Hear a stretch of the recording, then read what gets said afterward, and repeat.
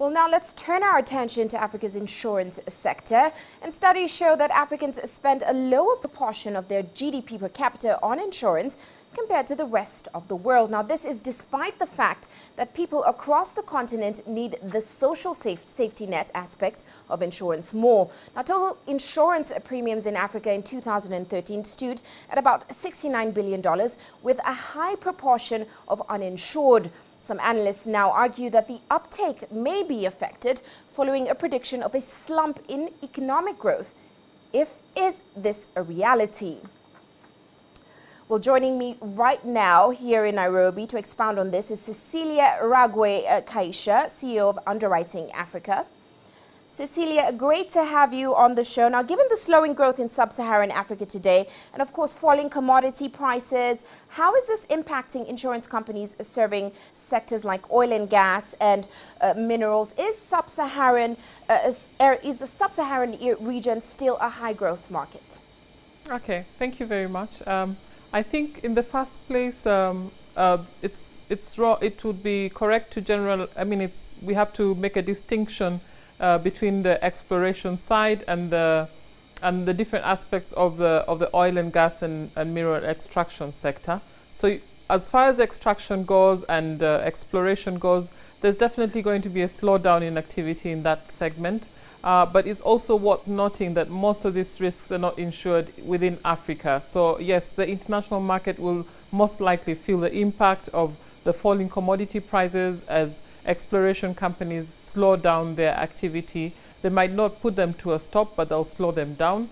But on other news and how it correlates is that in some countries like Zambia, where we're hearing that mining companies are shutting down some of their mines, there's most likely to be an impact on on employment and middle class and exposable incomes. And that's one of the reasons for the low GDP rate.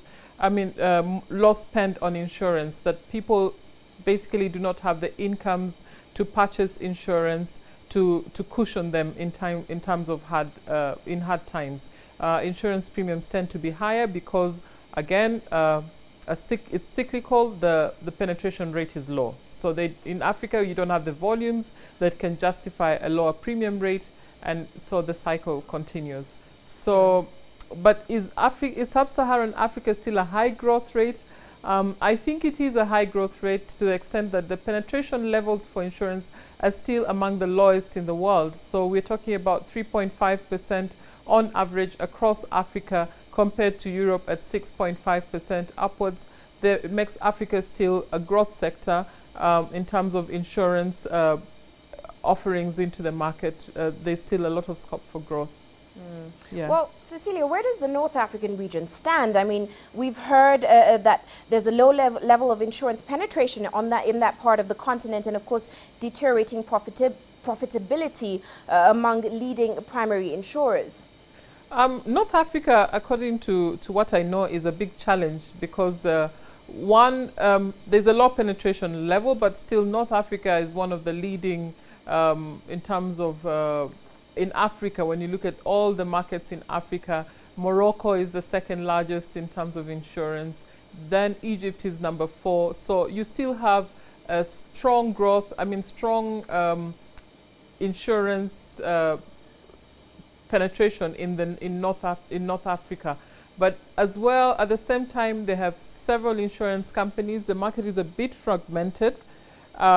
So therefore, the profitability for each insurance company is much lower.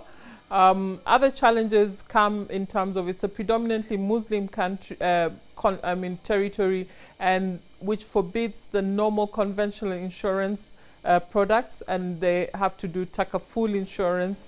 And there are not many people who have, the product range for takaful is not that widely developed. So yes, they're leading in terms of leading the pack in Africa, but not still there yet, just like the rest of Africa. Yeah, so, and the profitability basically is impacted because there's so many of them looking for a small piece of cake. Well, thanks so much, Cecilia, for those insights.